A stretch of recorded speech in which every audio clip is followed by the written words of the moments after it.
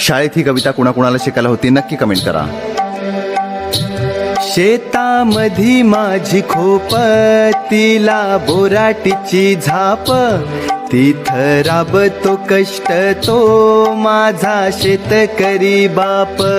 लेतो अंगावर चिंध्या, खातो मिरची भाकर, काढी उसाची पाचट, जगा मिळाया साखर.